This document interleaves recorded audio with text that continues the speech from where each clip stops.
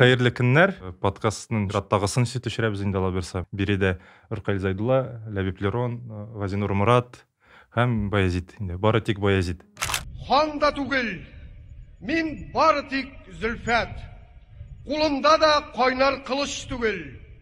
Күңелне алгысыта яулар. Ул нинди яу, жаным тыныш түгел.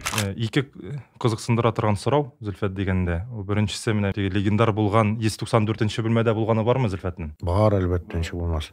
Һәм икенче сорау, ник Зөлфәт? Безнең бит инде традициядә исем фамилияны ителәр. Үрқайыл Зайдулла, Ләбип Лерон, Газинур Мұрат, Интимир Шаймиев, Рудольф Нуриев, Губайдуллина София, Ринат Ибрагимов. Ник Зөлфәт? Зөлфәт бит инде ул Мөслим районыннан кайсы авыл Ләбип?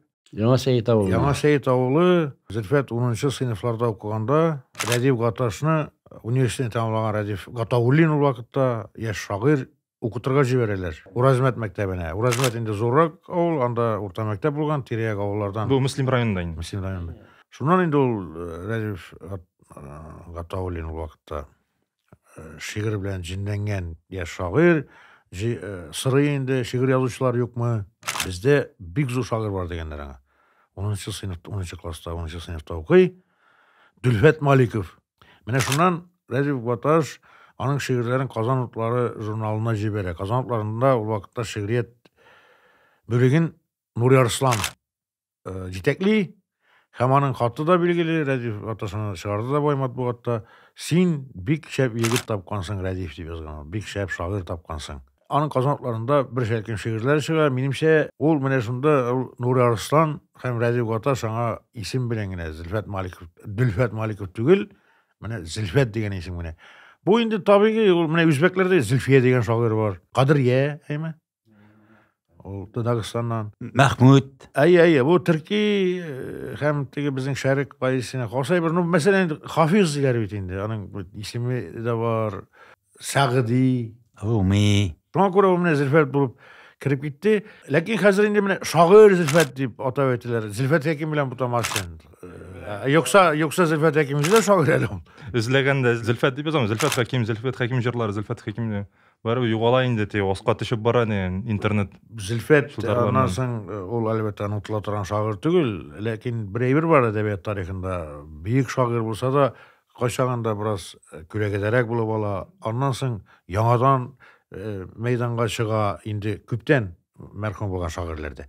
Зөлфәт ул әлбәттә тагын мәйданга чыгып, тагын күрәгәгә китеп, ул һәрвакыт безнең татар яшәгәндә безнең әдәбиятта язык ашы булачак әлбәттә. Мәрхүмә әнкәгә башлаган шигырь әни дип атала. Уң кулыңда урак сабы иде. Сол кулыңда ушма җылысы.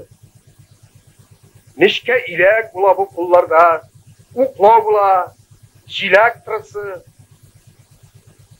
Шигү-шигә күлмәк изүенә, яктыр шәркү буа буенда, бохор шиклеуге сала безнең кесәләргә сабан туенда. Кулларыңны хәтерлим мин. Мин аларга яшим йылышып, уң кулыңда урак сабыды, сол кулыңда ушма җылысы. Аналарның уртак дине була, уртак кодексы, законы. Шул законны бары кабул иттең син, оялчан татар хатыны. Студенчакта аны Зөлфәтнең өзен әйткәндә бик күрмәм дә ул бит түгелмен. Юк, ул Мәскәүдә укымады микән? Син Мәскәүдә укыган вакыты булганда булганның шуннан да мин Казанга килгәндә. Ул бит заманда университетны тәмамлап бетермәгән. Менә ул китабы чыкты бит аны Утлы базар. Шул вакытта Мәскәүдә укый ул. Шул Мәскәүдә язылган шигырьләр инде алар.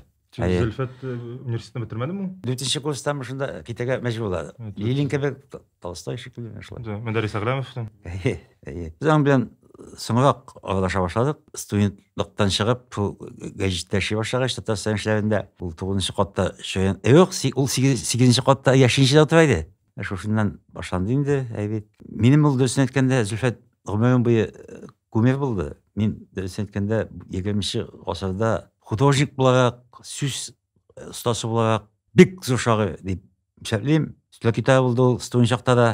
20нче гасыр башында Тукай бигрәкме, Дәртмәнд бигрәкме дигән бәкәс булган бит инде. 20-нче гасыр ахырында Зөлфәт бигрәкме, Мөдәррис Әгълам бигрәкме дигән бәкәс барды. Зөлфәтнең язмыш янында дигән китабын әлбәттә үзем белән алып килдем.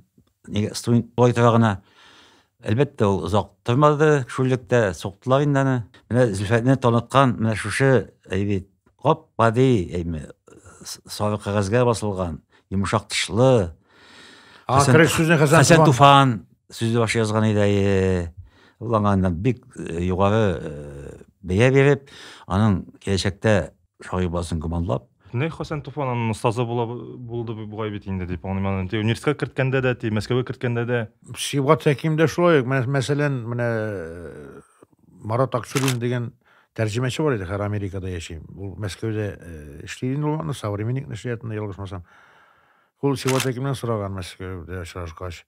Хәзерге заман менә иң зур татар шагыйре кем дигәч, ул Зөлфәт дигән Сибгат Хәким. Һәм Зөлфәтне менә Марат Акчурин тәрҗемә итеп, аның китабын Мәскәүдә чыгарды.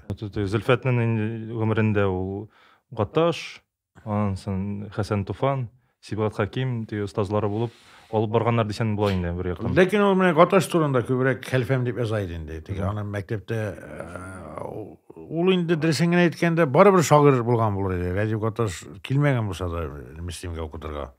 Бәлки кем белә, бүтән юлдан да китергән. Барыбер остаз кирәк бит. Ну, Радиф абыйны без барыбыз да бит инде ул безнең барыбызга да булышкан кеше. Миңа да хатлар язып торды ул мәктәптә укыганда.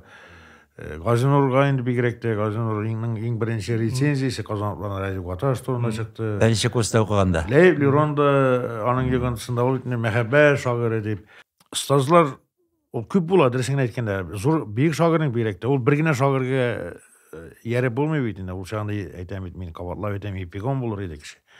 Яру да түгел дип инде, аны барыбер алып бару. Менә ул теге ничектер ярдәм итү мәсьәләсендә дә Сибгат Хәким, менә Хәсән Туфан вафат булгач бигрәк тә, ул инде бүтән шагыйрьләр өчен, татар шагыйрьләр өчен ниндидер бер илге остаз булды. Шуңа күрә менә ул нәкъ менә Зөлфәтне алгы планга чыгару аның Мөдәррис Әгъләмгә караганда бер генә сәбәп белән аңлатылырга мөмкин.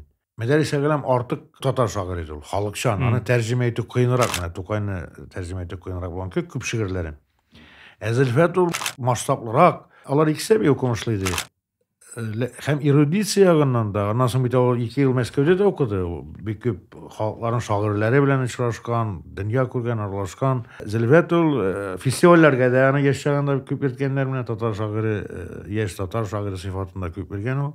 Мөдәррис Әгъләм Тукайның дәвамчысы, Зөлфәт Хади Такташның дәвамчысы дип. Юк, алай дип булмый. Рецензиядә Хади Такташ Кайярып, Хади Такташ. Ул Хади Такташ андый зур шагыйрьләрнең дәвамы дип әйт, кемнеңдер дәвамы дип әйтү шулай ук урынсыз минемчә. Без яратабыз бит инде, ни дип чагыштырырга. Чагыштыр, бүтән халык белән татарның Маяковский дигән бу Такташны язалар иде без яшәгәндә. Ул минемчә ул бик дөрес түгел, мискинләнү һәм комплекс. Зөлфәт әйткәндә шигъриятне ничек күп дәрәҗәдә шатлаткан шәхес инде ул. Аның теге бер атаклы шигыре, теге чакырылмаган кунак татарына яманрак дигән ипиграф куеп язылган шигырь, әйбит. Бу шигырь инде шатлата, чөнки ул вакытта теге андый темага язу бик хупланмый торган заман ул, беләсез инде. Ул чагында бит шигырь Тукай туган көне шигырь митинги ниде, Кольцода, Үзәктә булган. Менә Тукай һәйкәле.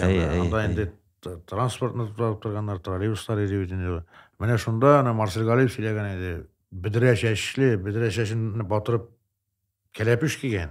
Ул заманда кәләпүшкә үзе бер ниндер мәгънәгә ия иде. Протест, чакырылмаган кунак, татардан да яманрак диләр, хактыр да дигән шул шигырьне матбугатта чыккан шук. Аны әлбәттә оештыручылар белмәгәндер дә, әгәр белгән булса укытмаган. Шунда укый ул аны. Һәм дөресен әйткәндә аның замандашлары ул вакытта катнашкан кешеләрнең әйтүенә караганда инде шагыйрьләр арасында менә шунда иң беренче тигән нялы мәртәбә. Мәктәбе ала һәм шуннан бик беренче шагыйрь дигән. Бик киң таңлайын. Икәннәр санамаган. Менә бер шигырь чакырылган кунак дусларга, ул чакырылмаган кунак дошманга. Зөлфәт бик чараларда катнашмаса, барыбер бунтар дип кабул иткәннәр бугай дип бит инде. Ул бит инде Союз Язучылар берлегендә дә съездында бит инде теге кулдан язылган безгә Студент чагыннан студент сайын безгә листовкалар Безгә тапшыра. журнал кирәк, Иә, яшә журнал яшьләр журналы кирәк дип. кирәк. Разил белән Разил Валиев. Разил Мәскәүдә укый, әдәбият институтында. Мәскәүдәге теге либераль карашлар аңа ныграк сеңгән булган инде. Аны ул кайтып буларны оештыра. Анда студентлар төркемнәргә бүленеп листовкаларны язалар, вакытны бетте. Төне буе. Машинка да юк аларда. кулдан язылган дип. Әйе. Бу ниченче еллар? 68 еллар бу. 68. Как раз теге Парижда Парижская весна теге неме. Шул вакытлар буе. Студентлар Әйе, аны шуның шаукымы да булгандыр әле бәлки. Зөлфәтне бик шагыйрь дип әйтәбез. Аның аны Әкәй кушты шикелле безнең арада аның дәхәлүсе тагын да бар иде. Кушаматы. Ул метр. Әйе, без минем инде ул тек Көнбатыш поэзия белән мавыгып бергән еллар, дөнья поэзия, әдәбияттагы теге укытучыга метр дигән эндәшү, метр дип эндәшү. Соңыннан мен метр дигән мәкалә яздым. Гадәте бар безнең. Bir şiir okumak şulam Zülfet abi. Менә ул Рәдиф Гатауллин турында, остазы турында менә мондый bir şiiri бар аның. Юл үзеге Рәдиф Гаташка, шагыйрьгә, укытучыма.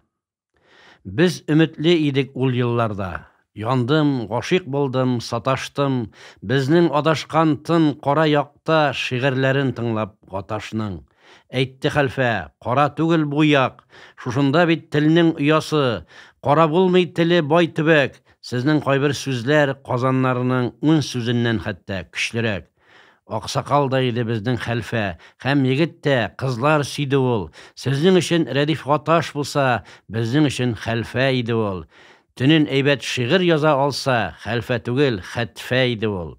Соңнан күпме үткелләрне кичтек, кемнәре кайда, дөнья ни хәлдә? Син әйткәнчә бөек идеаллар адиалга калды бит хәлфә.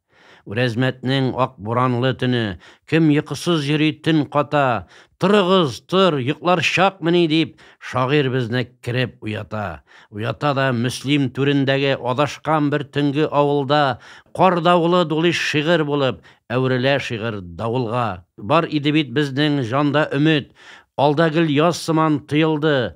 Ниләргә соң өзелделәр юллар, каршыбызда упкын убылды. Кая гына барып чыктык хәлфәм, инде кая барыйк илдәшләр, без барасы юллар юкка чыкты, юл үзеге безнең бу яшәү. Без өметсез кара чырга кирдек, дулый буран, ләкин ак түгел, инде үзем үрсәләнәм бүген, торыгыз, тор, йоклар чак түгел. Әйт, мөгаллим, ник чырсызланды, кара карлар ява күңелгә, аксакал һәм егет була белгән, шын ир җитни бугай бу илгә. Хәер, ник шагыйрьдән җавап сорыйм, булай да бит сыкрый пак күңел. Уяныгыз, әдәм балалары, торыгыз, тор, йоклар чак түгел. Әгәр дә үәземеткә Рәдиф абый килеп төшмәсә, бәлки Зөлфәтнең әдәбиятка, поэзиягә килү юлы ихтимал сузылырга мөмкин. Чөнки Зөлфәт үзе бик шагыйрьләргә хас булганча ул бик оешкан кеше түгел иде. Дәсәйтәгә. Бөтенләй Ишкан кеше түгел иде. Бәлки аның башында килмәсе, Казанлылар журналына бу шигырьләрне җибәргәнме, юкмы дип. Чөнки менә без аның белән байтак гомер кичердек бит инде. Зөлфәтнең мин шамыйм да хәтта ул матбугатка, Казанлыларына, гәзит журналларга, Татарстан китап нәшриятына шигырьләрен алып барып биргәндер үзе дип шамыйм. Дәҗәйтә кирәк, әйме. Ул яза да ташлый. Ул мәсьәләдә Фирая апа бар иде. Фирая апа аның теге продюсер да булды. Ул Фирая апаның инде бу Казанны дип әйтик. Аның ул яктан бәхете булды. Үзе вафат булганнан соң менә һәр кызы Кадрия. Менә аны исемен популярлаштыруда шактый гына эш башкаралар. Әлбәттә без язучылар берлеге идарәсе бик канәгать түгел. Тагын да Зөлфәтнең әсәрләрен күбрәк чыгарырга, анысы сездән тора бит инде. Менә шушы остазның вакытында килеп төшүе Зөлфәтнең поэзиягә килүен бик нык тизәткән дип белим мин. Ул чыннан да бик шифалы ни булган Зөлфәт өчен. Аны әле анда да үз мәктәбендә укыганда да Зөлфәт ул шигырьләрне үзе җибәргән дип hiç de şanmıyorum. Рәдиф абыйның кул уйнаганда да. Әлбәттә, ул турыда, Уларның башына килмәде. Менә аны шуңа күрә ул бик күп язган кеше Зөлфәт әби. Аның үзе исән чагында китап нәшриятында аз гына китап. Җиде китабы дип беләм, Ну, алар җидесе дә алтын баганалар инде. Ну, баштагылары битеннән безнең һәрберебезнең кебек юка рисаләләр, юка җыентыклар. Ну, ул вакытта шулай гадәт кирәк. Шулай гына чыгаралар, ана бүтәнчә мөмкин. Гомумән теге юка гына шигырь китапларын ничектер хәзердә кадерлерәк миңа. Юк, менә шул кисәгә сыя торган китаплар булгач яхшы бит инде. Хәзердә бит шул форматка кайталар бит. Укырга да рәхәт, әйме кисәгә дә тыгып була, юлга да чыгып була. Менә Зөлфәтнең дөнья карашы, гомумән ул ниндирәк теге мәсләктә кеше икәне, менә Ләви укыган шигырьдән нык күренә. Монда бит нидә бар теге ностальгия дип әйтик инде, менә шушы социализм чырларына карата. Ул дөресен генә әйткәндә үзе беркайчан да теге партияле кеше булмаган инде, ул комсомолда булмагандыр әле мәгән. Ләкин ул менә ниндидер теге социалистик тигезлек мәсьәләсендә лозунглар бик матур. Социаль тигезлек. Социаль тигезлек. Менә социализмдагы ниләр күтәрелгән шушы лозунгларга ул чын күңелдән шулай иде минемчә. Аның бит шигырьләре бик күп. Комсомол турында да, Ленинга да багышланган. Анасын бу йомшак ягын белеп алгач, газета редакторлары теге датский шигырь дип әйтәдик бит без, датага башланган менә. Минем бәйрәм датасы. Зөлфәткә заказ бирәләр инде. Битәристә бик ташанмайды ул мәсьәләдә дәсен әйтергә кирәк. Алар яшенчәгә язалар инде. Яшенчәгә Роза Туфетулова анда аларны эшләтә иде. Яшенчәдә рубрика бар иде. Алар Илишка ант иттеләр дигән. Шуңа менә шул рубрикаларның булуы, шул Ленинга багышланган әсәрләрнең язылуы да бәлки шушы яшенчә да йогынтысы булгандыр инде. Шул яшенчә юбилейна булса кирәк, Роза апа чакырды. Мәмләкәт фамилиясын җибәргән, теге Сталин кочаклап төшкән. Кыз Тажик кызы ул. Мамык җыюда ул бик күп җыйган. Мәмләкәт исән сау икән. Аны Роза Туфетулова кайдандыр табып, монда юбилейга чакырган, газета юбилейна. Теге 37-нче елны Сталин кочаклап төшкән фото да булган ахырсы инде иде. Яшенчәдә аны мәдрис аның архивын эшләде бит инде. Мәдрәсәкә. Шунда бәхәсләр дип утырабыз. Татарстан китап нәшриятының бу Рәис Давыдов кабинетында инде Равил Фәйзуллин, Зөлфәт һәм мин. Biz әйтәбез инде Равил Фәйзуллин белән без бер якта булдык. Мәмләкәтнең мамык җыю ул бит инде балалар хезмәтен эксплуатацияләү. Аны герой ясау гомән 200 Шунда Рәис Давыдов белән Зөлфәт безгә бик нык каршы эшләр. Бигрәк тә Зөлфәт. Ул менә шундый идеалларга, яшьлек идеалларына бик тугрылып калды. Ну Ләйб аны яхшырак әйтте бәлки. Ләйб белән бит алар бер күрше бакчада күрше булып та яшәделәр. Безнең вакытларда Зөлфәт абыйлар бик популяр түгел иде. Хәтта монда Казан даирәсендә популяр булсалар да, ул безнең әле вак танышларга килеп җитмәгән иде аның. Ул вакытларга матбугат ашада бик әле күрәсең безгә әле кирип колакка кирип яңгырамаган. Ләкин мин аны беләдерим. Ни өчен дигәндә, Зөлфәт дигән шагыйрь бар икәнен беләдерим. Иҗатын хәтле бик белеп бетермәсәм дә, ни өчен без теге авылларга сәфәрләргә чыгадырык. Велосипед белән инде Сәбит дип әйтәбез инде.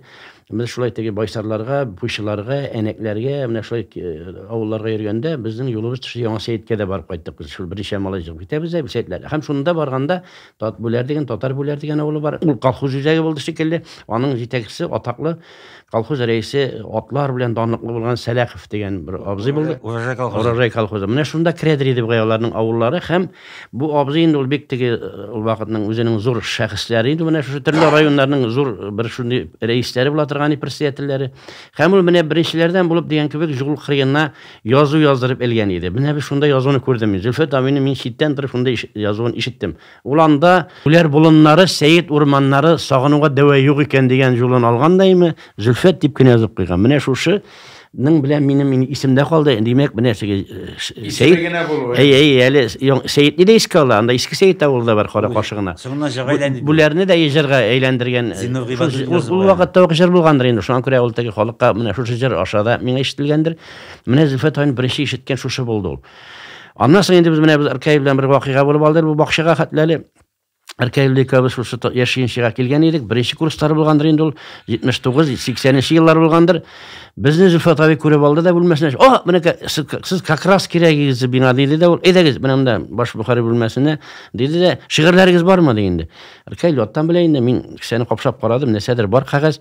Кірдік мында дейді де, бұл біздап кірді. Анда неден, Монголиядан келген студентлар отырадыр. Студентлар мұшында яшьләр отырадыр енді. Роза апа Туфитова бөлмесінде Зульфат абай айтты, міне яш шағирлерін алып кірдім дей. Міне біздің үмітлі яш шағирлер Аркаилға айтады, шиғыр оқып жіберді, Аркаил бір шиғырын оқып жіберді. Мен айта, Лейс қадір сен оқады. Мен шондағына аңлап алдым, Зульфат абай мені шамала бітірмеген деген енді. Лейсні білей, бұл Лейс деп ойлаған, Лейс сен де оқыды. Қадір мен Лейс түгіл деп айталмын бітейінде. Кісіден бір шиғырын алдым, ол менің Махмуд Аби Хусейннің шондай ақ толқындар деген шиғыры бар. Шул бір сөзді қабатлап тұрған бір шиғыр сыман нәрсе бар, тоқмақ деп айтегенде. Шуны оқып шыққанда Зульфат абайның yüzleri өзгерді енді ол. Бұл Лейс болмады екен деген аңлады ол. Ләкин ол да айталмай Лейс болмаған екен деменде. Шуңа күрә мен Лейсні бик подвады етіп деп айтыға дұрыс еткенде, бик сондай бір нашар шиғыр оқып, мен теге Зульфат абай, менә шунда мен өзіме басым ясадым, айтыға ойладым, әлі сенің теге исемеңі тұқарсынlar, күрсінлер үшін сенің ижатың болырға тиішлікке бір дәлел менә шундай. Шунда бір қызық әйбір болған еді, ләкин менә шуннан соң енді 83 елында мен яшайыншыда ши башладым да, Зульфат абай белән бергә, менә шундай зур шәхесләр белән һәм безнең менә шуннан башланды аның гаилә белән дуслыкта. Аларның өенә барулар, чөнки Фирая апа яшайыншыда эшли, мин яшайыншыда эшлим, Зульфат абай яшайыншыда эшли, минем хатын нидә эшли, типографиядә шул ук теге Фирая апа белән яшә бергә эшлиләр дигән кебек типография. Шуңа күрә безнең теге менә шуннан башланды гаилә дуслыгы да, һәм инде без 88 елларда Гази Нурлыйков менән Мурат Лыйков җир алдык дип әйтгәндә, башкортларга җил бергәннәр дигән кебек, безгә 88дә җир алдык без. Журналистларга бирделәр аны. Юк. Биектау белән Киндери. Биектауда һәм Киндеридә шундый ул Жазучылар союзы дашысы дип атала безнең. Тегесе бәлки журналистларны кыдыраның Биектауныкы. Безнеке язучыларныкы дип теркәлгән ул. Шуңа күрә безгә хәтлине бөтен шалып бетергән иде монда бакчаны. Монда без Газинур белән икәү төшкәндә, безгә шул яр кырыеннан гына шундый бер җир калган иде. Менә шунда Зульфат абыйның дашысы безнең белән ярак түгелгән иде. Аның Зульфат абыйның шунда үч инесенең дашысы да шунда булды. Һәм менә без шунда инде дашада теге ярдәм кирәк булганда өмә ясады инде ул бурасын күтәрде. Аның беренчеләрдән торган Нарат бүрәнәдән теге бик саллы бүрәнәләр иде. Зульфат абый инде ул үзенчә җир эшен эшләргә тырышты. Әлбәттә инде җир кешесе күренеп тора. Анда да менә шулай якынлашканбыздыр. Һәм аларның менә 3 бер туганның 4 бер туганның дип әйтик. 4 бер туганның бер бакчада эшләүдә бер-берсенә теге ярдәм итешеп яшәүләр. Хәзер дә әниләре безнең бакчада менә бергә аралашып итеп, һәм безнең дә теге Зульфат абый аша булсын, безнең дә дус итеп Газинурда мине дә шулай итеп дус итеп менә яшәп яттык без бакчада. Ул кулышын инде Мин аны бик теге камил беләдер дип әйтмим. Юк. Әллә ни ул кадәр оста түгел иде. Ләкин мактанырга ярата инде. Менә аның белән горурлана, мин ул мала, мин балта тусам балта белән эшлим, чүкеч тусам чүкеч дип. Аннары әле инде дә ул батарейны бер заман батарейны буяган. Килеп мактана, менә ди мин ди үзе кулым белән батарейны алмаштырган һәм буяган. Теге ул вакытны бит әле нидер гармон теге кебек батареялар иде. Аны Фирая апа килеп әйтте инде, алмаштыруын башлы күтле куйган, буягын да нидер батарея буя торган түгел, мәсәлән, тышкы буяу белән буяган булып чыкты. Ул шым мәгънәсендә шагыйр инде. Шагыйр аның аны бер эштә әйтеп булмый, чөнки аны менә эш инесе дә аның җир җимертеп шиләр. Бөтен эш кулларына кир. Алар инде менә аларга нык бирелгән.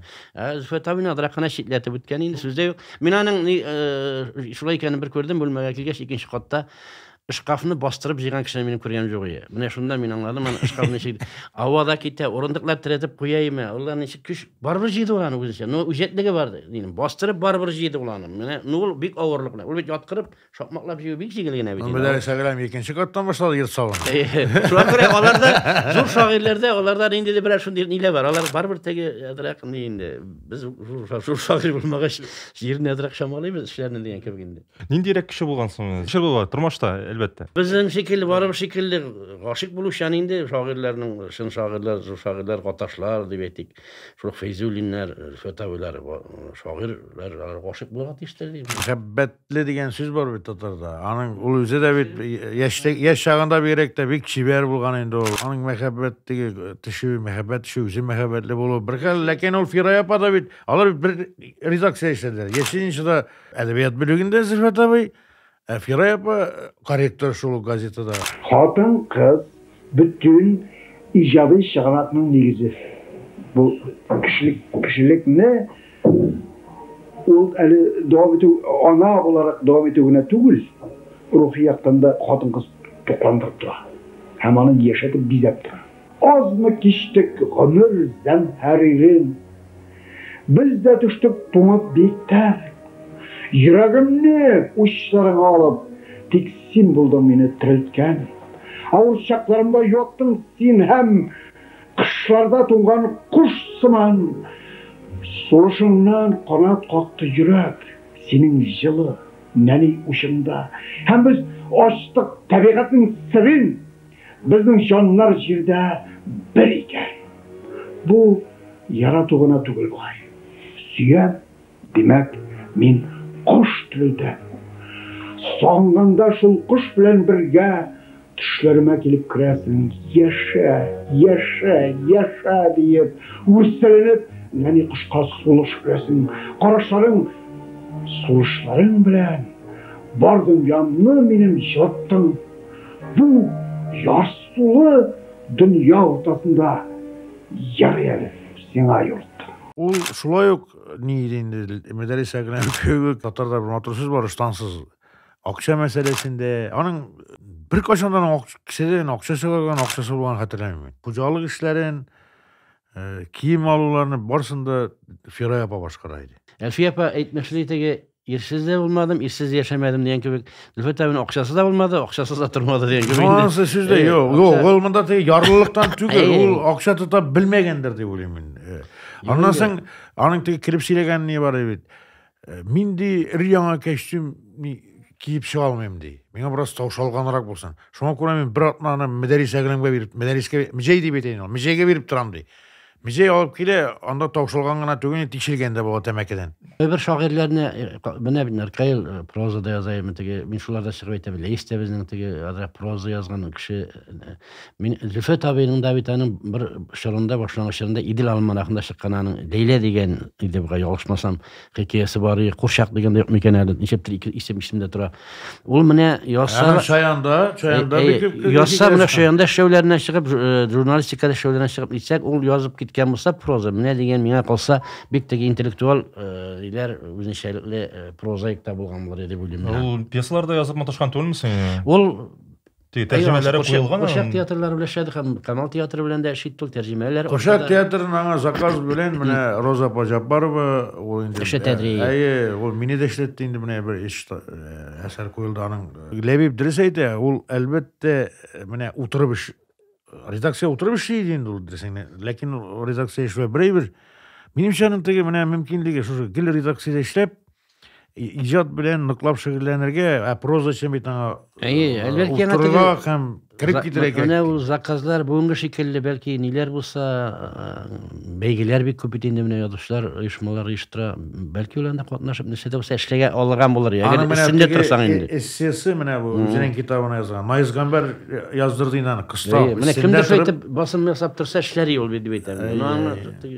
Onun dösen etkende kalemi yazıp ülgüt olmayan kebek hatta şu kadar anın taşıp da şeyler. Şu an kadar kıska yazı da bilmeydi. Eğer de akşası nişiktir bulup kitapları evet çıkıp özümüne şundan kimdir hazır bitinde prodüser diler tege müzakşaların şunday bir kişisi bulup şey yapsa ol mügayin anın tege icatı başkaça yönelişte olgan bulur idi. Bu anın mına bu akşa jitmewçilik balalar köp bulu ana şu işlerge mecbur etti. Bizning köp bir şekilde köpçelik şekilde. Hem ol mına Şoyan jurnalında bir köp tege kirekmegen işler indi. Şagir yazışı için dibeytiginde. Tercüme tercüme işleri ondan indir materiallar, kişi materialları işlew üzlüksiz. Mine men kelip kirdim bana bir wagtna äle ýaşaýynçyda işlegen şagym.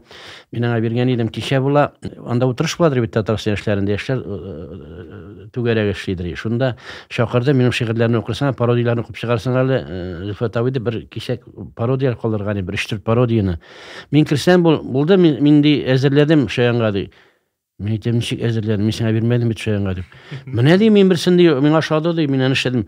Men any garadım bu parodiýa, anda men bir gene söze ýok ýa. Ulany irjagadan ýazyp çykkan eýmen özünçe men aşağıda diýen bir söze meniki tügel şunu. Zülfet abi meytem bu şykdy bit indi Tatarystan işlerinde meytem. Meniki çykkany bit indi diýim. Tegi men any köp wagtym näme etdim di. Şunun şekli mene şuşundy işlerini bik köp tegi. Ana Hasan Tufan diýip bit. Şuşundy kirekmegen işlerde şergat turkileýindi bizge degen ýeşindi. Bu tur terjime şundy näse kedi şundy jertikisler evvela şunda kimler işindir yazdık bitindi. Men özüm de yazdım. Kişiler jardylar aýtyk, näse işindir okşaşyny ýazyp biresin.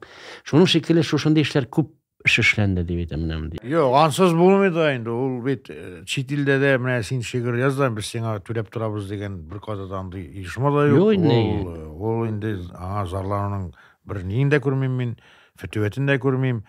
Еш ijatçılarga birer tesir ýitүү anladym indi. Ol kimge de bolsa şunu megdende ustaz bulup turgan idimi? Rizeller meselen onu bek hürmetliler Idris abine de Zülfetne de bek aýrışa. Ýok, alar any görüp kalmady indi. Mana ol Lebip Idris aýta, ol uşamagan aýbirge ol gomen kagylmaýdy, çykmaýgana diýdi. Uşagan aýbirine bir indi nisiz tartynyp ýetip durmuşa ýangadan ýaza başlaýdy. Benim bir hikayenin çıkardı ol. Kıskana Yamariski. Okuyayım leybe etmişti. Miniki tügülüyndi. Sonra ne diyeyim Zülfet abi ne olay rağmen bitindi. Eğitmedin de neyse bütün neyi üzgerti bitirgensin. Bunu bit eybetti bitti. Sen aşamadın halle. Ama sen aşadın o miniki tügül bitti. O şulay kaldı. Oysa ideýasyny uşatkan bulup çygamy indi. Eýe. No yumorany uşatkan. Mene aňa Yoňalyk serisi bolsa bizden yoňalyknyň bik tiz baryp erişsin diýsen Sarafana radio söýüp şerşer bitinde eými. Zülfet abi kelip özüňden mezeňini söýlesen bir indi yoňalyny. Ulany bizep beýle eýlendirip tirip şunday tegi konfet kagazyna türgen şekilde motor etip işlep bir ýar sagatdan özüň goýup ýeteýin ol. Anda indi özgergen andan edebileştirilip ketdi. Anasyn tillerge talanty bar eden. Ol rusça sile hem rusça ýazganda ol rusça da ýazalaydy. Rusça sebeti rusça ýazady. Çayanda işlep Moskwa okurga gitgende Fail Şafigulini kaldırgamagan üzerine. Fail Şafigulin halak bolgaç Fail abi. Ol ýangadan gaýtdy Çayanga. Çayanda indi anyň tirajy ol wagtda milyondan artyk. Krokodil degen jurnal bar edi, satirik, Moskowda. Ol aňardan anyň tiražy zura gedi menimçe ýalgyşmasam. Çayanny bütün çit illerge de aldyrar.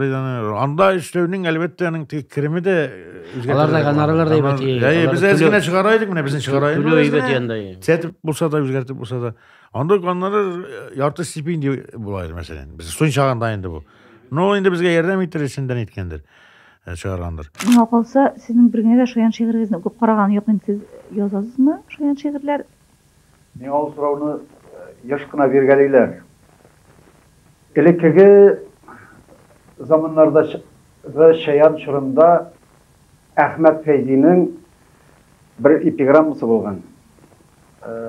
Onda ol işteli bolayna meni de şeýan küldürmedi. Ämme tegerep gülem Fatih Hüsnü'nün şunda işlewini işitgeçdi. Men özüm humorist şagyr tugul. Ämme humorist şagirler, humorist prozaiklar bilen mene indi niçe ýyllar boýuna rahatlanıp işleýin. Bu meni bik ýaratgan işim. Özüm humor ýazarga buldura almasam da, mene humor ýazgıçylarynyň eserlerini düzeltip, olarga akıl berip, olary terbiýelep, mene şoý gymry ýetäbindim men. Şondan maňa şiirler jeberler. Ol men çayanda çygatyran şiirler. Tügül, no Zülfetniň şagyr degen dany bar bitindi. Meselen Mahmud Hüseyin ol kızyklygyna şiirler ýazaýdy. Bik şäp okuýdy ol şiirlerini. Şondan soň Mahmud bir şiirlerin bergen indi çayanda çygardy. No çayan şiirleri tügül. Bir kile ýok çykmay, çygarmaýan indi jurnalda. Her aptyry, nişik çygarmyşyň Zülfet? Biz bir duslar, şyltyrada bu aýtda irenemdi. İrenebiz Mahmut abi. İrenge şara. Şular 2 ýyl irene bolan, Mahmud Hüseyniň bir şigirin. 2 ýyl irene hem barur çykmaýdy. Olany da bit üzgertip ýazargan mümkin idi. Анасын Якуб Шанышев бул турда биз милерис әкеге багыштаган тапшыруда айттык да. Якуб Шанышев атаклы генерал бит, легендар киши. Ул шигирлер жиберейди аңа. Ул аны бит түзетип бүтүнлөй яңадан жазып хатта чыгарган мүмкүн иди. Лекин чыгармады бит аны да. Ул маселеде бик талапчан иди. Мына өзүнө ашап кетти. Анысын кечирээк кишилердикин чыгаргандар энди ул теге күрсәтер өчен менә шундый кеше бар дип. Ул менә шундый киң күңелле кеше иде. Ул инде миңа ничә түбәтә бүләк иткән мин хәтерләйм. Мин тагын кемгәдер бүләк итәм, ул китә шулай. Аңа бүләк итләр түбәтә, ул безгә бүләк итә, Ләйепкә дә бүләк иткәндер бәлки. Һәм без инде тагын кадәр бүләк итәбез кемгәдер.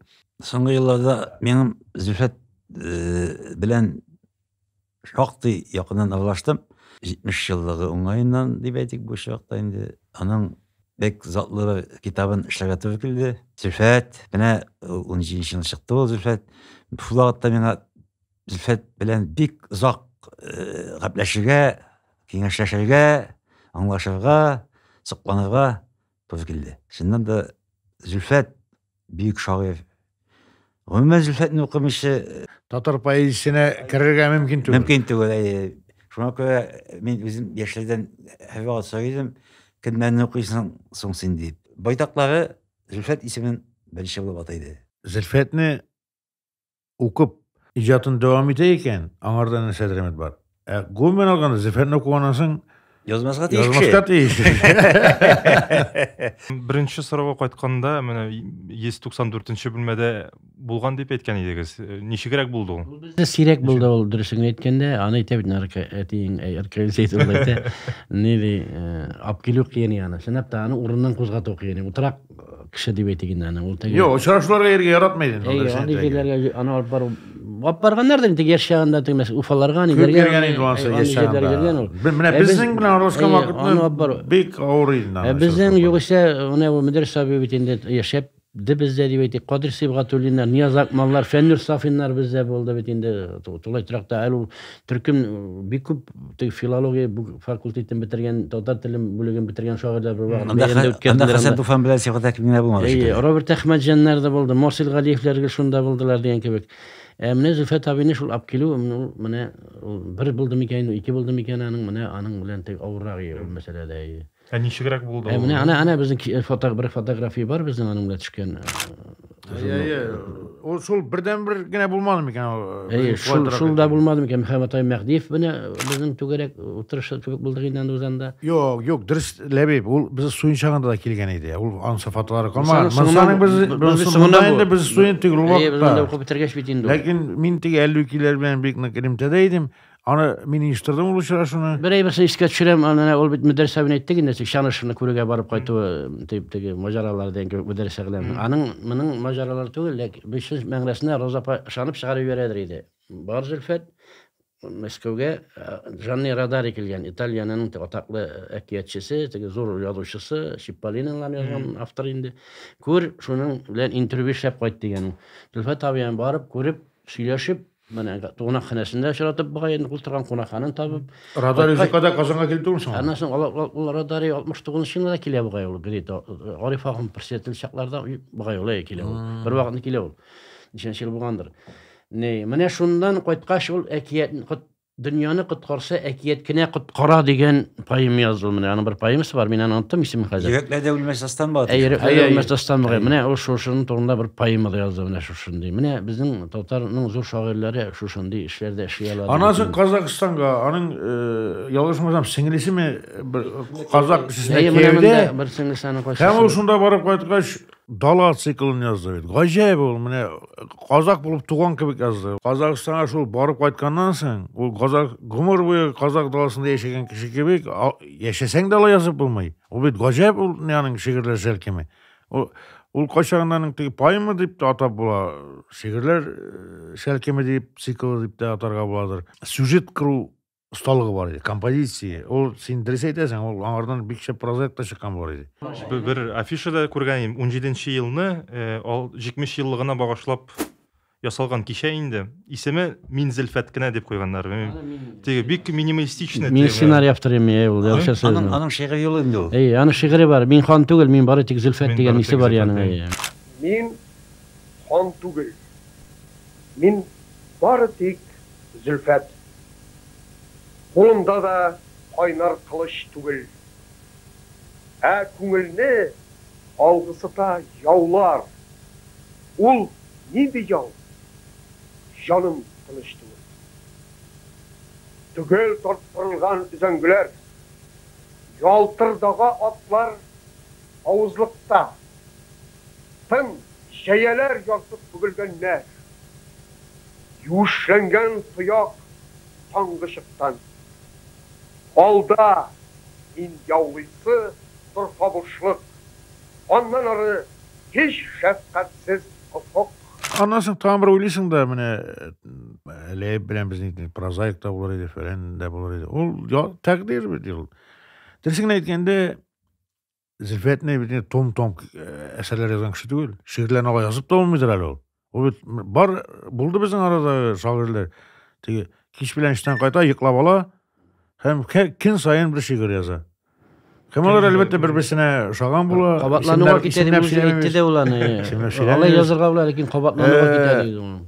O kadar şiir köp tuva olmuyor bit. O bit mene Zülfet'in güzenin elde göz aldığında tavuşu, kıyafeti mene bunda kilip tıkılga şimdi şiirini yazdım. Şimdi o şarap kana taşlay şiirini. Köngülünde mildireme bu.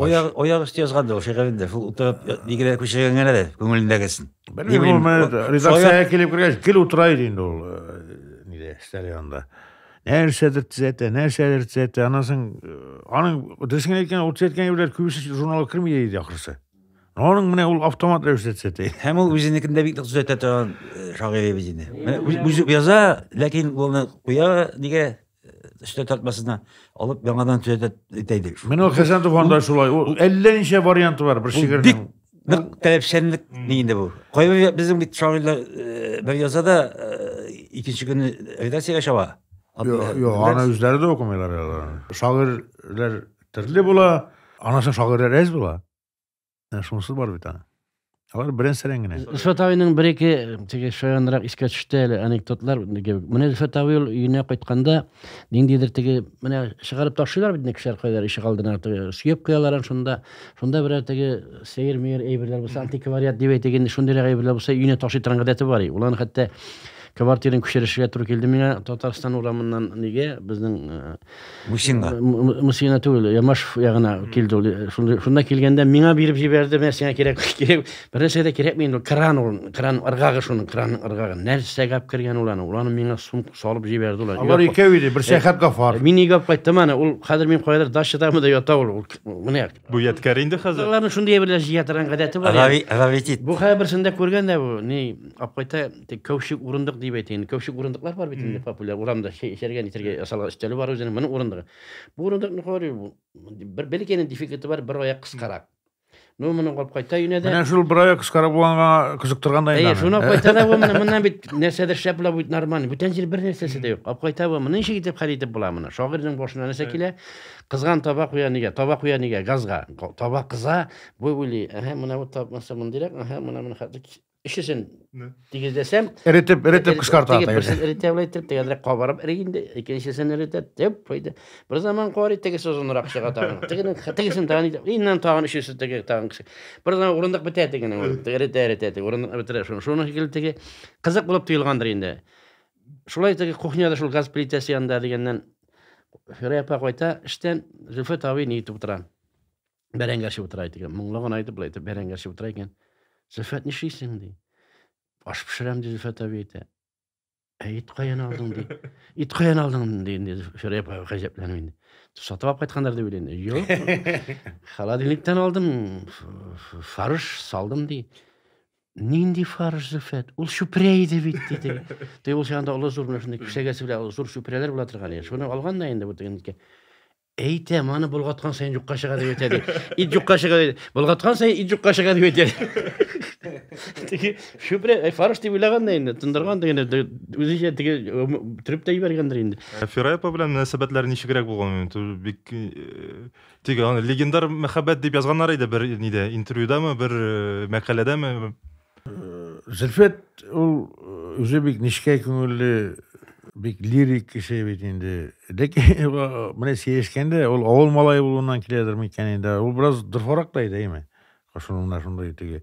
Nindir irkele tege nersedir süsükini ruş etkende anday bir yok idi arada. Menin sebebim bular bit gümür birge. İşte de birge emsin. Çünkü uzalına getir. Koytasın işke ile işte şul, koytasın ide şul hatın degen kilse işte de şul. Bakşada da şul. Sağınıp mümkünlük yok. Sağınır bakşada da şul emas. Sağınır mümkünlük yok. Belki şundan da ginedir andır. Şolay da şığırga yaratmagan bitini, şaralarga yerge yaratmagan. Ol bek uzak yıllar bitin Tatarstan uramında nişan şırtarı ataklı. Jide befinde. Anda memorial taktı var. Zor şahıslar turganlar. Ne şunda yaşadı var uzak yıllar. Mene men şakkatayım. Mene Tukayna etiler Tukay şunanda şulay bulgandır ul. Şulay bulgan indi isteklere karaganda işik biklemeyen bir kaşandır ne Bulgar numaraların. Zilfet'in de şulaydı. Zilfet'in o nefse diye beytim ol işe gemin elde güzelimde tıra. Ol kuresin gel aşkı şu olkan ol. Aşkı şu olkaş işik timir işik tügül. Hadi o vakta timir tügül bit gapga işik. Ol min bile başlagana bile şilterge eylenge. Yazak koya. Fanirdan gana yamoluk etegeni. Debe di beyteler deis besit debe yuqası ngana koyalar da tegeni. Ol jamalı bitken yani qodak bilen tagan tegeler işin. İşi aşık her vakit deseng de. Bula bir zaman Niyaz Akmal bizning şulayık bir şef şagir komandirovka gitken yeşinçli işler var ikisi de. Komandirovka gitken Tatarstan vokzalını yaraktırın. Vokzala kilip tişken küresin hali bir eyvet bulmagan tünle taksiyalar akşa bulmagandır indi. Saat 12'den sonra da nide giremey bitindi. Avtobus, trolleybus, tramvaylar. Bu ciyevgine vokzaldan tişken Tatarstan uramını da Zilfet'nin bile bitni işi kaça eken. Kirip ninin tapşan var idi işik dibindegine Zilfet'nin kvartirinin. İç bilmeli kvartirinin indi ulanın bağlar küm bit. Tapşanga yatkanda bu şunda tigi ayak kiyimlerinden de nide ayak oturup ayak kiyimi sala tırgan indi ol tapşan. Şunda yıklapta gitken Niyaz Akmal. Her tinle çıkkan ne? Zilfet abi uyanıp çıkkan. Zilfet abi çıkkan kari. Kuhnyana tabakile. Kuhnya'ga kirgen indi ol. Kuhnya yanındayaların işikleri. Kuhnya kırından. Kari Niyaz Akmal. Neyse bu. No bir koşarken mi desin ki bu indi birinci ya Firaya dip kite ol. Firaya dip kışkırar. Ya Nişep Niyaz'mında yata. Yine kredi. Firaya onda Niyaz bizden yata gidende yata. De yana nige Raska Uskami'dan da urun bulsa urunga yatkırmakçı olup Firaya bilen çağlar Niyaz yok. Firaya degen toğuşunu işitken de çıkıp taygan bu. Sikige tabi ezer yatkan indi, ezer yatkan. Yok uyangan indi. Uyangan da indi. Şimdi di nese Firaya hazreteyken bileye gereş kadar dedi. Yok, senin galüsinasiyalar men de. Galüsinasiyalar biteli. Tinle. Tinişik mene bunda gana yataydı bidin. Yangagına bitmindaydı deyip de karı. Şundan sen hazır işke kileyindi. Siginci katka. Ol bir galata var. Kişiden temek almaydı. Hem kişiye temek vermeydi. Her gümürde bulmaganını Niyaz Akmal'ın bilmesine yalar ikinci bilmedi. Niyaz piyanir bölümündeydi mi sana? Sport bölümünde. Sport bölümünde. Fen hem sport bölümünde. Zilfet abi edebiyat sanat bölümündeydi. Gelgende tartasın mı? Niyaz'ın harbatta sigaret yok. O kişiden sirleti atay neydi kişiden. Vallahi sıra bağlı. Bana bulay ettirirler diye. Niyaz Akmal'ın yaratkan diye. Sigaret sıra oyunda. Tartasın mı? Gümürde bulmaganını diye. Zilfet kişiye sigaret bilmiyor. Kemisiz almıyor. Niyaz Akmal sizi bala mesela hikmetten gösteriyken çıkarlar, tartarlar. Bir söz etmedi değil Zilfet. Seke yüzünden yüzü şikline bir. Koyşan koyttun deyip çırap soruyu bitirir. Tege nindiler. Sıralar bir ete. Çittege kişi komandörlükle olan senken işi koyttun. Tege deyvet koyttum. Vokzaldan iyi. Şundan tağan bir saat öte tağan kiresiz ve tartağız mı? Tağan sigaret biri. Tağan tartağız. Şimdi ne bildik gözde bittik. Vokzaldan işik deyip tasarı indi. İde eybet karşıladılar mı? Eybet katın diye. Neler kavartmalar pişirip gidip duraydı. Neler tağan kirep gite. Üçüncü tapkırın dikes Niyaz Celli minna. Tanışılan Zilfet mini doğum mini dedi.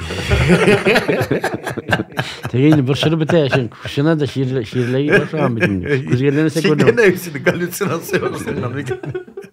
Көзіме көрінді мекен деп. Татар жыры. Bir yoldaşның әйткәне искә килә. Сезнең жырларны тыңлауы ауыр бит. Жанға тия. Туғарылып алмыйсыз бір. Санаулы бит һәр көне. Сіз татарлар жырлашмыйсыз. Елашасыз шикелле. Хаклысың юлдаш. Күргән һәм көн иткән гомереңдә уйлаган уйга иңә шул. Жырлаган жырга иңә. Битмәс, төкәнмәс зарлар. Жырдан жырга күчкәннәр. Сөялеп ял итә торган талларымны кискәннәр. Зөлфәт татар шигъриятенә нәрсә алып килде?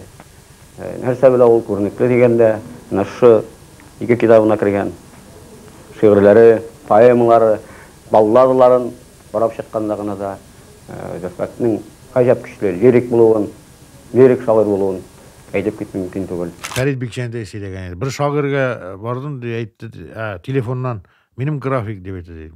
Уйлыйм ди, өйдә утыра инде, зур дәүләт вазифаларына киткән, нинди график булырга мөмкин. Барган инде ул, каршы алганнар, теге күбәләк галстуклар киеп. Ләкин аларның эше барып чыкмаган. Бу шигырь, ниндер пьесага шигырьләр яздырырга кирәк. Фикер каршылыклар чыккан, күрәсең, буны моңа әйткәндән Фәрит Бикчәндәгә, Камал театрының баш режиссеры бит инде. Син Зөлфәткә мөрәҗәгать кара, Зөлфәт заказга бик тиз яза дип. Әгәр инде күңеленә якын ала икән, бик тиз яза. Ул шулай иде чыннан да. Фәрит очрашу турында килешкән инде килергә Зөлфәт абыйның фатирына. Шуннан теге шагыйрь бит аның күз алдында тора. Теге күбәләкләр киеп, ак кәш франк тәртипле фатир, зур фатир, иркен. Монда коридор иде бит, бүлмәгә кергәнче. Теге яңа фатирны әйтәм инде. Зөлфәт килеп нитте ди. Ишекне ачкан инде. Триконың тиз башлары тишек өстендә йыртык футболка кабул иткән, шигырьне язып биргән. Шунда ук бер шигырь түгел инде анда, 4-5 шигырьне шулай утырып, син китеп тор дигәндә. Шуннан Фәрит Бикчәндә миңа шаккатып сөйләгән. Менә шагыйрь белән шагыйрьнең аермасы ди. Аннан соң Мәдәрис Сәгъләм үлде бит инде. Декабрьдә үлде мәле ул. Ноябрьнең ярымында үлде. Шул үйләренә күпмедер кала бәхилләшергә без барыбыз да бардык инде. Зөлфәт тә барган иде, иң якын дусты буларак. Алар битне гомерләре бергә үтте, теге авылы белән тагылды кебегрәк. Мәдәрис Сәгъләм бер кашан да чыгармады теге үлем турындагы уйларын. Зөлфәтнең бер дә үләсе килми иде. Ул менә форсат була икән, хастанәгә, больницага керә, ята, дәвалана. Аның яшисе килә иде, менә аның яшәү энергетикасы да бетеп җитмәгән булгандыр дип уйлыйм. Инфаркттан үлде менә обширный. Мәдәрис Сәгъләмнең янына бара, хәл белдергә. Шуннан ләеп миңа шалтырата бу, кайткач өйдәге телефоннан да иде, миңа шалтыратты, карарлы ди. Мин мәдрәсә янына барганым, ул миңа ди 15 майларда, 15 май, юк. 9 майларда дип әйтте. Мәдәрис Сәгъләм инде саташа тора. Миңа әйтте ди, ул инде бер ишәк генә калган булган инде. Менә 16 көн кала мин килеп киттем аның янына. 16 килде бай, 10 көн кала булган бай, 16 көн. Ул инде миннән соң ятты диделәр аны. Мин менә интервью бирде, 27 сорауга. Шуннан соң инде ул ятты, шуннан соң тормады диделәр. Менә шул баргачтан саташкан вакытны урынга калган инде. Саташкан вакыт булган. 9 майларда дип әйтәди, ул мине чакырды бугай ул ди киләсе елга ди. Мин әйтәм, юк, мин хәзер җаваптыра телим инде, шөбһәләнеп калган инде, адрак шик төшкән Зөлфәт абыйга.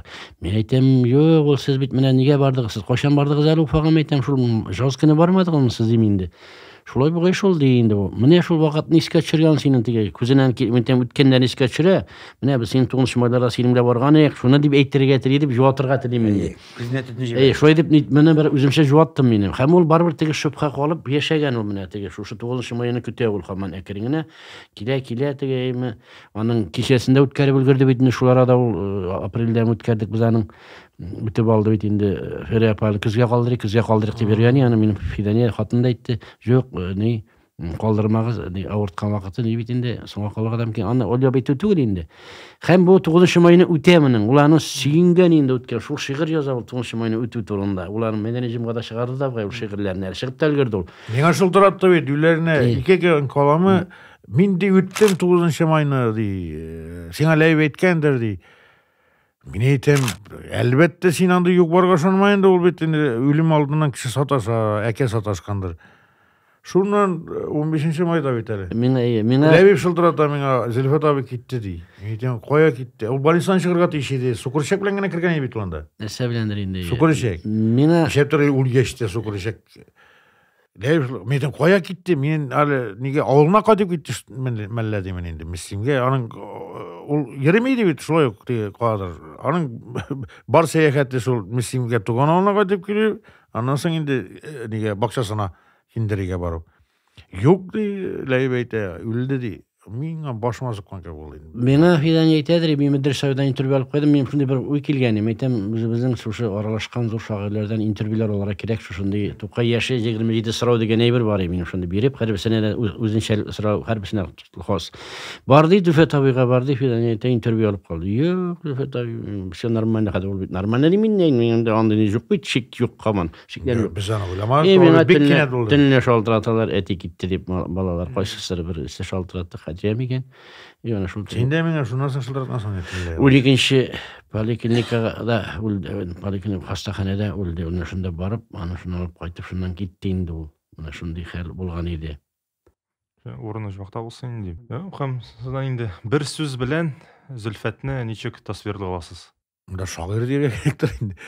Бер сүз белән. Газинур әйтәйин, метр ди хәзер Газинур. Метр инде аңадан фақат өйрәнеп кенә була. Мин үзебезнең якларга хас сүз белән әйтәм инде, ана ул сүзләрне гадәттә аның сеңлесе әйтә торган иде, һәм ул аңа башланганрак шуны шигырьдә дә телгә ала, аның абыкай. Абыкай.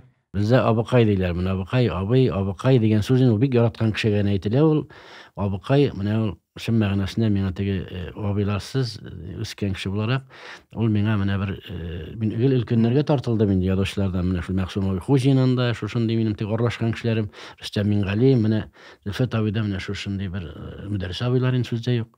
Менә шундый бер шәхес иде, абыкай иде, менә минем өчен абыкай булды. Самимилик дип әйтер идем. Ул ялгышканда да самими ялгышайды. Шул шагыйрь өчен ул самимилик әлбәттә иң мөһим сыйфат. Сүрәтле фикерләр була, образлы язып була, ләкин самими булмаса шагыйрь, ул өчен шагыйрь түгел. Була менә кеше китә, онытыла бик тиз. Замандашлары киткәч, бар кеше онытыла бара инде, сүздә юк. Ләкин менә шундый онытылмый торган, гел истә торган кешеләр бар. Тел өстендәге. Аны китабын алып укыйсың, искә төшә теге аның белән аралашкан вакытлар. Һәм һәр вакыт ничектер аның белән киңәшеп таласың. Әйттең бит син китабын әзерләгәндә шактый озак вакыт аның Зөлфат абый белән гәпләшергә туры килде. Бик рәхәт мизгилләр. Бик рәхәт мизгилләр. Алар шундый җиңел, менә кешедән килгәндә дә теге яратып